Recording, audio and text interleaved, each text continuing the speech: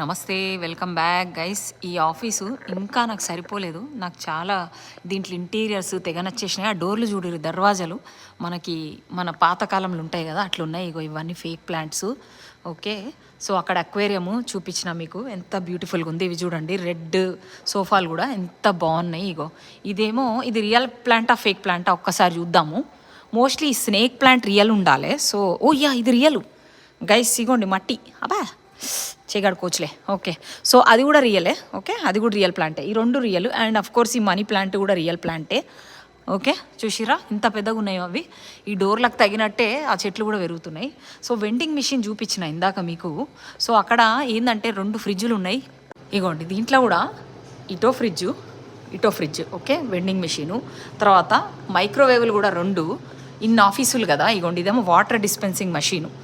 So ఇన్ని దీంట్లో almost 60 offices వరకు. ఇందాక నాకు ఒక